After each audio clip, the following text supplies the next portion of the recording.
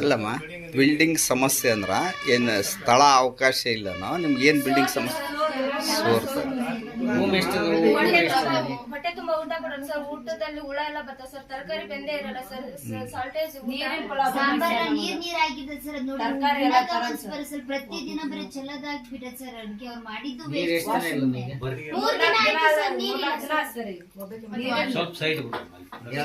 ದಿನ ಆಯ್ತು ಸರ್. ನೀರಿಲ್ಲ ಸರ್. ನಾವು ಸೇವಾಲಾಲ್ ಭವನ್ ಕೊಂತೀವಿ ಸರ್. ಅಲ್ಲಿ ಅವ್ರಾದ್ರೂ ಏನ್ ತಿಳ್ಕೊಬೇಡಿ ಸರ್. ಊರಾಗಿಲ್ಲ ಅಡ್ಡಾಡೋದಾದ್ರೂ ಏನ್ ತಿಳ್ಕೊಬೇಡಿ ಸರ್. ಅಲ್ಲಿ ಬ್ರಷ್ ತಗೊಂಡ್ ಹೋಗ್ತೀವಿ, ಬ್ರಷ್ ಅಲ್ಲಿ ಮಾಡ್ತೀವಿ ಸರ್. ಅಲ್ಲಿದ್ದ ನೀರ್ ಇಟ್ಕೊಂಡ್ಬಂದು ಇಲ್ಲಿ ಸ್ನಾನ ಮಾಡ್ತೀವಿ ಸರ್ ನಾವು.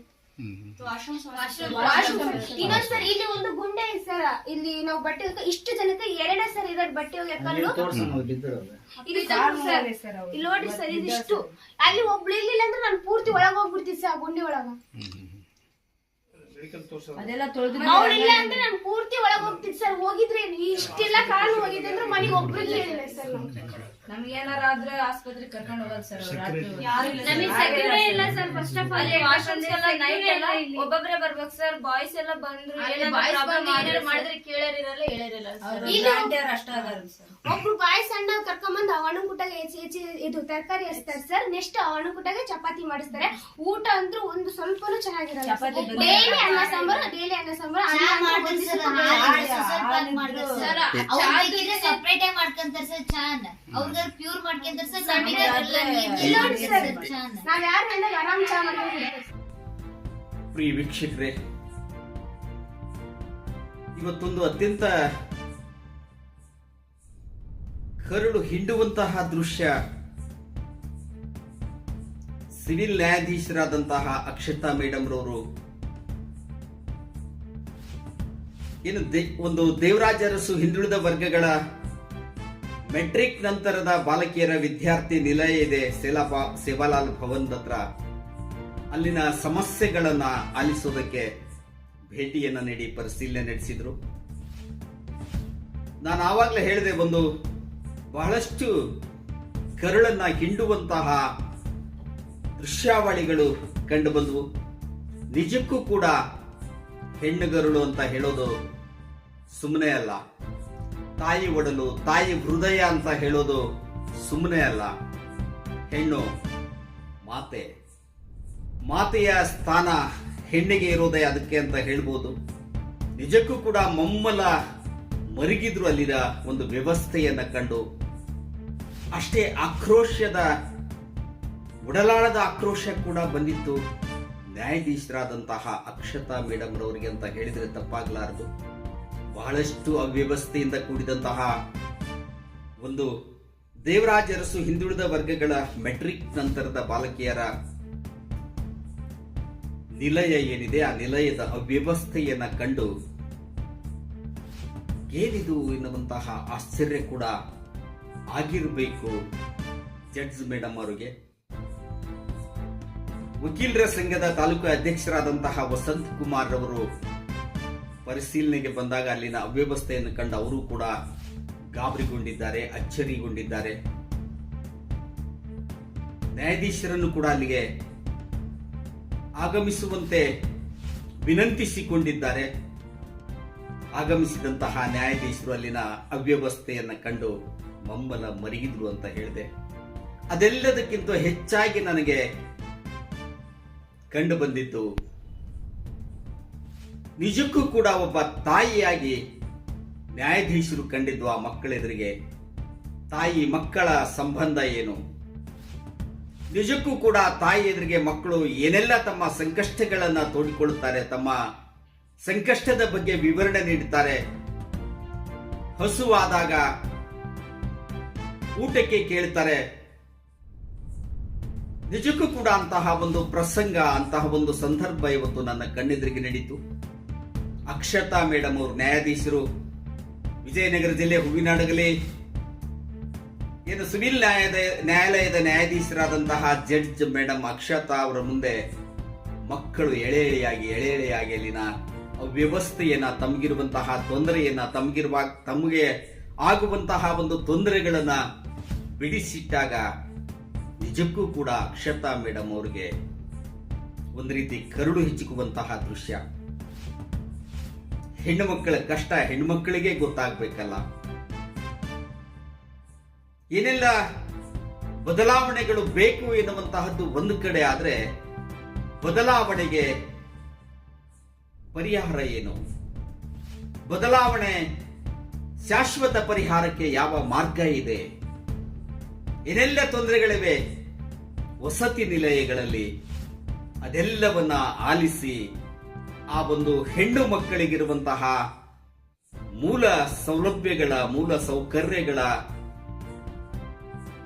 ಸಮಸ್ಯೆಯನ್ನು ಆಲಿಸಿ ನಿಜಕ್ಕೂ ಕೂಡ ಹೆಣ್ಣುಗರಳು ಜಡ್ಜ್ ಮೇಡಮ್ ಅಕ್ಷತಾ ಅವರು ಒಂದ್ ರೀತಿ ಮಮ್ಮಲ ಮರಿಗಿದ್ರು, ಇನ್ನೊಂದು ರೀತಿ ಅವರಲ್ಲಿ ಆಕ್ರೋಶ ಕೂಡ ಒಡಮೂಡಿತು. ಅವ್ಯವಸ್ಥೆಯನ್ನು ಕಂಡು ಬೇಗ ಕರ್ಸ್ರಿ ಪ್ರಶ್ನವ್ರು ಬರಬೇಕು, ಪ್ರಶ್ನವರಿಂದ ಇದು ಸುದ್ದಿ ಆಗಬೇಕು, ತಪ್ಪಿಸ್ತರಿಗೆ ಕ್ರಮ ಆಗಬೇಕು ಎನ್ನುವಂತಹದ್ದು ಒಂದು ರೀತಿ ಆಕ್ರೋಶ ಭರಿತವಾದಂತಹ ಮಾತುಗಳು ಕೂಡ ಅಂತ ಹೇಳಿದ್ರೆ ತಪ್ಪಾಗಲಾರ್ದೇನೋ. ಸ್ವತಃ ತಮ್ಮ ಮಕ್ಕಳಿಗೆ, ತಮ್ಮ ಮನೆಯ ಮಕ್ಕಳಿಗೆ ಏನಾದ್ರೂ ತೊಂದರೆಯಾದ್ರೆ, ಏನಾದ್ರೂ ಸಮಸ್ಯೆಯಾದ್ರೆ, ಏನಾದ್ರೂ ಸಂಕಷ್ಟ ಬಂದ್ರೆ ತಾಯಿ ಹೇಗೆ ಚಟಪಟಿಸ್ತಾಳೋ ಅದೇ ರೀತಿ ಸಿವಿಲ್ ನ್ಯಾಯಾಧೀಶರಾದಂತಹ ಹೂವಿನಡಗಲಿಯ ನ್ಯಾಯಾಲಯದ ಸಿವಿಲ್ ನ್ಯಾಯಾಧೀಶರಾದಂತಹ ಅಕ್ಷತಾ ಮೇಡಮ್ ರವರ ಚಟಪಟಿಕೆಯು ತಾಯಿ ಚಟಪಟಿಕೆಯಾಗಿತ್ತು. ನಿಜಕ್ಕೂ ಕೂಡ ಒಬ್ಬ ತಾಯಿ ಕಂಡ್ರು ಇವತ್ತು ನನಗೆ ವಿಶೇಷವಾಗಿ ನನಗೆ ಒಬ್ಬ ತಾಯಿ ಕಂಡ್ರು ಇವತ್ತು. ಅಕ್ಷತಾ ಮೇಡಮ್ ರವರಲ್ಲಿ ಒಬ್ಬ ತಾಯಿಯನ್ನ ನೋಡಿದೆ, ತಾಯಿ ಗುಣವನ್ನು ನೋಡಿದೆ. ಆ ಮಕ್ಕಳು ಕೂಡ ತಮ್ಮ ತಾಯಿ ಮುಂದೆನೆ ನಾವು ಸಂಕಷ್ಟವನ್ನ ಹೇಳಿಕೊಳ್ತಾ ಇದ್ದೀವಿ ಎನ್ನುವಂತಹ ಭಾವನೆಯಲ್ಲಿದ್ದು ಎಲ್ಲ ಮಕ್ಕಳ ಒಂದು ರೀತಿ ನಮ್ಮ ಕಷ್ಟವನ್ನ ಕೇಳೋದಕ್ಕೆ ನಮ್ಮ ತಾಯಿ ಬಂದಿದ್ದಾಳೆ ಇವತ್ತು. ನಮ್ಮ ತಾಯಿ ಮುಂದೆ ನಾವೇನೆಲ್ಲ ಸಂಕಷ್ಟಗಳನ್ನ ಹಂಚಿಕೊಳ್ಳಬಹುದು, ಈ ಸಂಕಷ್ಟಕ್ಕೆ ಕೊನೆಯಾಗುತ್ತೆ, ಪರಿಹಾರ ಆಗುತ್ತೆ ಎನ್ನುವಂತಹ ಆತ್ಮವಿಶ್ವಾಸದಲ್ಲಿ ಕೂಡ ಈ ವಿದ್ಯಾರ್ಥಿಗಳಿದ್ರು.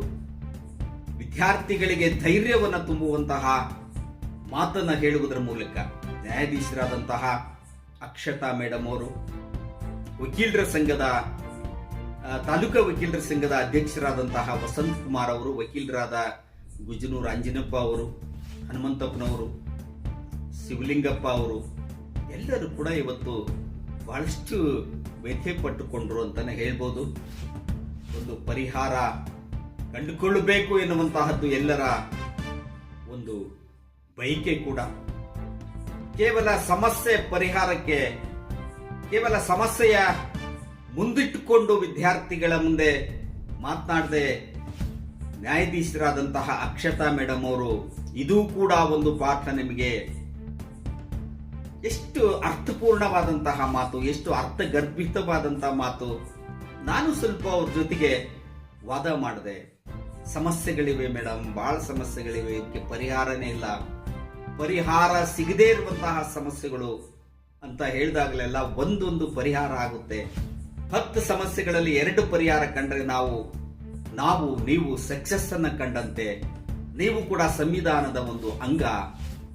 ಈ ಸಮಸ್ಯೆಗಳನ್ನ ನೀವು ಪ್ರಸಾರ ಮಾಡ್ರಿ ಎನ್ನುವಂತಹ ಮಾತನ್ನು ಕೂಡ ಹೇಳುವುದರ ಮೂಲಕ ನಮ್ಮ ಮನವನ್ನು ಕೂಡ ಕರಗಿಸಿದ್ರು. ನಿಜಕ್ಕೂ ಕೂಡ ತಾಯಿಯ ಹೃದಯ, ತಾಯಿಯ ಮಮತೆ ಇವತ್ತು ಎದ್ದುಕೊಂಡಿದ್ರು ಅಕ್ಷತಾ ಮೇಡಮ್ ರವರಲ್ಲಿ. ಕೇವಲ ಬದುಕಿನ ಪಾಠವನ್ನು ಕೂಡ ನೀವು ಕಲಿಬೇಕು ಅಂತ ಹೇಳಿದ್ರು.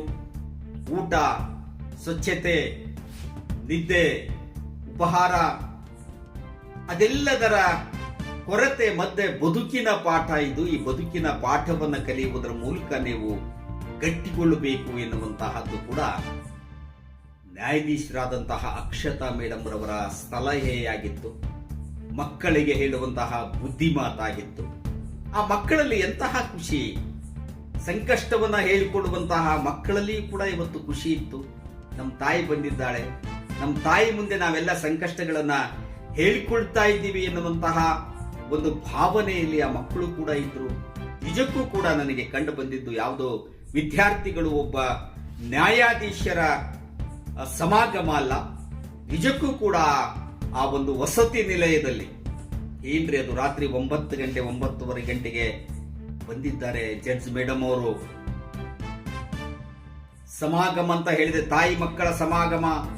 ತಾಯಿ ಮಕ್ಕಳು ಏನೋ ಚರ್ಚೆ ಮಾಡ್ತಾ ಇದ್ದಾರೆ, ತಾಯಿ ಮುಂದೆ ಮಕ್ಕಳು ತಮ್ಮ ಕಷ್ಟವನ್ನು ಹೇಳಿಕೊಳ್ತಾ ಇದ್ದಾರೆ ಎನ್ನುವಂತಹ ದೃಶ್ಯ ಇವತ್ತು ಕೂಡ ಈಗಲೂ ಕೂಡ ನನ್ನ ಕಣ್ಣಿಗೆ ಕಟ್ಟಿದಂತಿದೆ. ಅವರ ಒಂದೊಂದು ಮಾತುಗಳು ಕೂಡ ಅರ್ಥಪೂರ್ಣವಾಗಿದ್ದವು, ಅರ್ಥಗರ್ಭಿತವಾಗಿದ್ದವು. ಕೇವಲ ಯಾರನ್ನೋ ದೂಷಿಸದೆ, ಯಾರನ್ನೋ ದೂರದೆ ಸಂಕಷ್ಟಗಳಿಗೆ ಪರಿಹಾರವನ್ನ ಕಂಡುಕೊಳ್ಳೋಣ, ಚೆನ್ನಾಗಿ ಓದ್ರಿ, ನಿಮ್ಮ ತಂದೆ ತಾಯಿಗಳು ನಿಮ್ಮ ಬಗ್ಗೆ ವಿಶ್ವಾಸವನ್ನಿಟ್ಟಿದ್ದಾರೆ, ನಿಮ್ಮ ಭವಿಷ್ಯವನ್ನ ರೂಪಿಸಿಕೊಳ್ಳುವುದಕ್ಕಾಗಿ ನಿಮ್ಮನ್ನು ಕಳಿಸಿದ್ದಾರೆ, ಅದರ ಕಡೆನೂ ಕೂಡ ನಿಮ್ಮ ಗಮನ ಇರಲಿ ಎನ್ನುವಂತಹ ಸಲಹೆಗಳನ್ನು ನೀಡಿದ್ರು. ಗಟ್ಟಿಗೊಳ್ಳ್ರಿ, ಜೀವನದ ಪಾಠದಲ್ಲಿಯೂ ಕೂಡ ಗಟ್ಟಿಗೊಳ್ಳುವುದರ ಮೂಲಕ ಬದುಕನ್ನು ಗಟ್ಟಿಗೊಳಿಸ್ರಿ. ಕೊರತೆಗಳ ಮಧ್ಯೆ, ಇನ್ನೆಲ್ಲ ಕೊರತೆಗಳ ಮಧ್ಯೆ ಕೂಡ ನೀವು ಓದಬೇಕು, ವಿದ್ಯಾವಂತರಾಗಬೇಕು, ನಿಮ್ಮ ಒಂದು ಜವಾಬ್ದಾರಿಯನ್ನ ಸಮರ್ಥವಾಗಿ ನಿಭಾಯಿಸಬೇಕು ಎನ್ನುವಂತಹ ಮಾತನ್ನು ಹೇಳಿದ್ರು. ಬನ್ನಿ, ಮಾತನಾಡಿದ್ದಾರೆ ತಾಯಿ ಅಕ್ಷತಾ ಮೇಡಮ್ ಅವರು. ಮಕ್ಕಳಿಗೆ ಬುದ್ಧಿ ಮಾತನ್ನು ಹೇಳುವುದರ ಮೂಲಕ ತಾಯಿ ಏನು ಮಕ್ಕಳಿಗೆ ಬುದ್ಧಿ ಮಾತನ್ನು ಹೇಳ್ತಾರೆ, ಅದೇ ರೀತಿಯಾಗಿ ತಾಯಿ ಮಕ್ಕಳಿಗೆ, ಆ ವಿದ್ಯಾರ್ಥಿಗಳಿಗೆ ಒಬ್ಬ ತಾಯಿಯಾಗಿ ನ್ಯಾಯಾಧೀಶರಾದಂತಹ ಏನು ಅಕ್ಷತಾ ಮೇಡಮ್ ಅವರು ಬುದ್ಧಿ ಮಾತನ್ನು ಹೇಳುವುದರ ಮೂಲಕ, ಅವ್ಯವಸ್ಥೆಯ ಬಗ್ಗೆ ಆಕ್ರೋಶವನ್ನು ವ್ಯಕ್ತಪಡಿಸುವುದರ ಮೂಲಕ ನಿಜಕ್ಕೂ ಕೂಡ ಒಬ್ಬ ತಾಯಿ ಗುಣ, ಒಬ್ಬ ತಾಯಿ ಇವತ್ತು ಕಂಡ್ಲು ಅಂತ ನನಗೂ ಕೂಡ ಒಂದು ರೀತಿ ಹೆಮ್ಮೆ ಅನಿಸ್ತು. ಮಾಧ್ಯಮದವರ ಬಗ್ಗೆ ನ್ಯಾಯಾಧೀಶರಿಟ್ಟಿರುವಂತಹ ಒಂದು ಭರವಸೆ, ವಿಶ್ವಾಸ ಏನಿದೆ, ಅದು ನಿಜಕ್ಕೂ ಕೂಡ ಒಪ್ಪಿಕೊಳ್ಳುವಂತಹದ್ದು ಮಾಧ್ಯಮದಲ್ಲಿ ಬರಬೇಕು. ಮಾಧ್ಯಮದಲ್ಲಿ ಬಂದಾಗ ಮಾತ್ರ ಇವಕ್ಕೆಲ್ಲ ಪರಿಹಾರ ಸಿಗುತ್ತೆ. ಮಾಧ್ಯಮದವರು ನೀವು 4ನೇ ಅಂಗ ಎನ್ನುವಂತಹ ವಿಶ್ವಾಸದ ಮಾತುಗಳನ್ನಾಡಿದ್ರು. ಬನ್ನಿ ಕೇಳೋಣ. ಮಾತನಾಡಿದ್ದಾರೆ ಹೂವಿನಡಗಲಿಯ ಸಿವಿಲ್ ನ್ಯಾಯಾಧೀಶರಾದಂತಹ ಅಕ್ಷತಾ ಮೇಡಮ್ ಅವರು.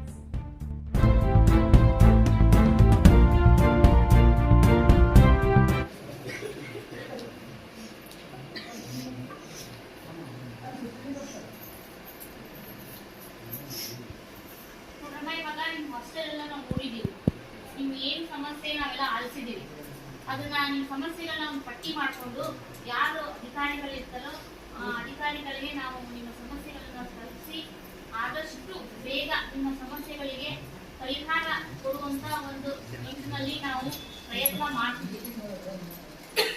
ಈಗ ನಾನು ಪತ್ರಿಕಾ ಮಾಧ್ಯಮದವರು ಕಳಿಸಿದ್ದೀನಿ. ಈ ಪತ್ರಿಕಾ ಮಾಧ್ಯಮದವರು ನಿಮ್ಗೆ ಏನ್ ಸಮಸ್ಯೆ ಇದಾವೆ ಅವರು ಆಲಿಸಿದ್ದಾರೆ. ನಿಮ್ದು ಹಾಸ್ಟೆಲ್ ಪರಿಸ್ಥಿತಿ, ನಿಮ್ಮ ಅಡಿಗೆದು ಸಮಸ್ಯೆ ಏನಿದೆ ಅದನ್ನೆಲ್ಲ ನೋಡ್ಕೊಂಡು ಅವರು ಕೂಡ ನಿಮ್ಮ ಒಂದು ಏನು ಸಮಸ್ಯೆಗಳಿದಾವಲ್ಲ ಅವನ್ನ ಅಧಿಕಾರಿಗಳ ಗಮನಕ್ಕೆ ತರುವಂತ ಕೆಲಸ ಅವರು ಮಾಡ್ತಾರೆ. ಇಲ್ಲಿ ನಮ್ಮ ಮಟ್ಟದಲ್ಲಿ ನಾವು ಏನು ಪ್ರಯತ್ನ ಮಾಡಬೇಕೋ ನಿಮ್ಮ ಸಮಸ್ಯೆಗಳನ್ನ ಪರಿಹರಿಸಕ್ಕೆ ನಾವು ಮಾಡ್ತೀವಿ. ಆಯ್ತಾ? ಧೈರ್ಯಗಳಿರಬಾರ್ದು. ಏನೇ ಇದ್ರೂ ನಮ್ಗೆ ಮುಕ್ತವಾಗಿ ಹೇಳಿ ನಿಮ್ಮ ಸಮಸ್ಯೆಗಳನ್ನ. ಸ್ವಲ್ಪ ಟೈಮ್ ಆಗುತ್ತೆ, ಯಾಕಂದ್ರೆ ಒಂದೇ ಸರಿ ಎಲ್ಲ ಸಮಸ್ಯೆಗಳು ಬಗೆಹರಿಯಲ್ಲ. ಸ್ವಲ್ಪ ಟೈಮ್ ಬೇಕಾಗುತ್ತೆ. ಕ್ರಮೇಣವಾಗಿ ಒಂದೊಂದೇ ನಿಮ್ಮ ಸಮಸ್ಯೆಗಳನ್ನ ನಾವು ಬಗೆಹರಿಸಲಿಕ್ಕೆ ಪ್ರಯತ್ನ ಮಾಡ್ತೀವಿ. ಆಯ್ತಮ್ಮ? ಓದ್ಬೇಕು. ನೀವು ಓದಕ್ಕೋಸ್ಕರನೇ ಇದ್ದೀರಿ ಅಲ್ವಾ? ಚೆನ್ನಾಗಿ ಓದ್ಬೇಕು. ಸಮಸ್ಯೆದ ಸುಳಿಯಲ್ಲೇ ಬದುಕು ಮಾಡ್ರಿ. ಇದು ಒಂದು ಕಲಿಕೆ ಜೀವನದಲ್ಲಿ. ಸಮಸ್ಯೆಗಳನ್ನ ಹೆಂಗೆ ಎದುರಿಸ್ಕೊಂಡು ಆ ಸಮಸ್ಯೆಗಳನ್ನ ಎದುರಿಸ್ತಾ ಮೆಟ್ಟಿ ನಿಂತು ಆ ಸಮಸ್ಯೆಗಳಿಂದ ಹೊರಗೆ ಬಂದು ನಾವು ಗೆಲ್ಲೋದು ಒಂದು ನಿಮ್ಗೆ ಕಲಿಕೆನೆ ಅಲ್ವಾ? ಕಾಲೇಜಲ್ಲಿ ಹೇಳ್ಕೊಡಲ್ಲ ನಿಮ್ಗೆ ಕಷ್ಟಗಳಿಂದ ಹೆಂಗೆ ನಾವು ಪಾರಾಡ್ಬೇಕು, ಕಷ್ಟಗಳನ್ನ ಹೆಂಗೆ ಎದುರಿಸ್ಬೇಕು ಅಂತ ಕಲ್ಸ್ಕೊಡಲ್ಲ. ಈ ಜೀವನಗಳ ಪಾಠದಿಂದಲೇ ನೀವು ಕಲಿಬೇಕು. ಕಷ್ಟಗಳನ್ನ ಹೆಂಗೆ ಎದುರಿಸ್ಬೇಕು, ಯಾವ ತರ ಅದನ್ನ ಹೋರಾಡಬೇಕು, ಕಷ್ಟದ ವಿರುದ್ಧ ಹೆಂಗೆ ನಾವು ಮೆಟ್ಟು ನಿಂತು ನಮ್ಮ ಜಯವನ್ನ ಗಳಿಸ್ಬೇಕು ಅಂತ ಇದು ಒಂದು ಕಲಿಕೆನೆ. ಇವತ್ತು ಈ ಹಾಸ್ಟೆಲ್ ವಿಸಿಟ್ಗೆ ನಾವು ಅಚಾನಕ್ ಆಗಿ ಭೇಟಿ ನೀಡಿ ನಿಮ್ಮ ಸಮಸ್ಯೆಗಳನ್ನ ಆಲಿಸಿದೀವಿ. ನಾವು ಸಮಸ್ಯೆಗಳನ್ನ ಪರಿಹರಿಸಲಿಕ್ಕೆ ಏನ್ ಕ್ರಮ ತಗೊಳ್ಳುವಂತ ಪ್ರಯತ್ನ ನಾವು ಮಾಡ್ತಾ ಇದ್ದೀವಿ. ಜೊತೆಗೆ ನೀವು ಚೆನ್ನಾಗಿ ಓದ್ಬೇಕು. ಅವ್ರೇನಾದ್ರೂ ನಿಮ್ಮಿಂದ ಸಹಕಾರ ಕೇಳಿದ್ರೆ ಅವ್ರಿಗೆ ಸಹಕರಿಸ್ಬೇಕು ನೀವೆಲ್ಲ ಅಲ್ವಾ? ಈಗ ಇಷ್ಟು ಜನನ ಮೇಂಟೈನ್ ಮಾಡೋದು ಕಷ್ಟ ಆಗುತ್ತೆ ಅವ್ರಿಗೂ. ಕೆಲವೊಂದ್ಸರಿ ಗೌರ್ಮೆಂಟ್ ಇಂದ ಫಂಡ್ಸ್ ಇರಲ್ಲ, ಕೆಲವೊಂದ್ಸರಿ ಕೆಲಸ ಮಾಡುವಂತ ಕೈಗಳಿರಲ್ಲ. ಆದ್ರೂ ಅಂಥದ್ರಲ್ಲೂ ಅವರು ನಿಮ್ಗೆ ಏನಾದ್ರು ಮಾಡ್ತಾ ಇದಾರೆ ಅಂತಂದ್ರೆ ನೀವು ನಿಮ್ಮ ಕೈಲಾದಷ್ಟು ಸಹಾಯ ಸಹಕಾರ ಅವರಿಗೆ ನೀಡಬೇಕು. ನಿಮ್ ಮನೆಯಲ್ಲಿ ಏನಾದ್ರು ಕೆಲಸ ಮಾಡ್ತಿರಲಿಲ್ಲ, ಇದು ಒಂದು ಮನೆ ಅಂತ. ನಿಮ್ ಜಾಗ ನೀವು ಸ್ವಚ್ಛ ಇರ್ಬೇಕು. ನೀವು ಸ್ವಚ್ಛ ಇರ್ಬೇಕು. ನಿಮ್ ಜಾಗ ಸ್ವಚ್ಛ ಇತ್ತಂದ್ರೆ ನೀವು ಸ್ವಚ್ಛ ಇರ್ಬೇಕು. ಊಟ ಮಾಡಿದ್ದೀರಾ ಎಲ್ಲ? ಆಯ್ತು, ಮಲ್ಕೊಳ್ಳಿ. ಟೈಮ್ ಆಗಿದೆ, ಮಲ್ಕೊಳ್ಳಿ. ನಾಳೆ ಹೋಗ್ಬೇಕಾ ಕಾಲೇಜ್ಗೆ? ಮಲ್ಕೊಳ್ಳಿ, ಆರಾಮಾಗಿ ಮಲ್ಕೊಳ್ಳಿ. ಇವತ್ತೆಲ್ಲ ನಿಮ್ಮ ಕಷ್ಟಗಳು ಹೇಳ್ಕೊಂಡಿದ್ದೀರಲ್ಲ, ಮನಸ್ಸು ಹಗರಾಗಿದೆಯಾ? ಆರಾಮಾಗಿ ನಿದ್ದೆ ಬರುತ್ತೆ, ಮಲ್ಕೊಳ್ಳಿ.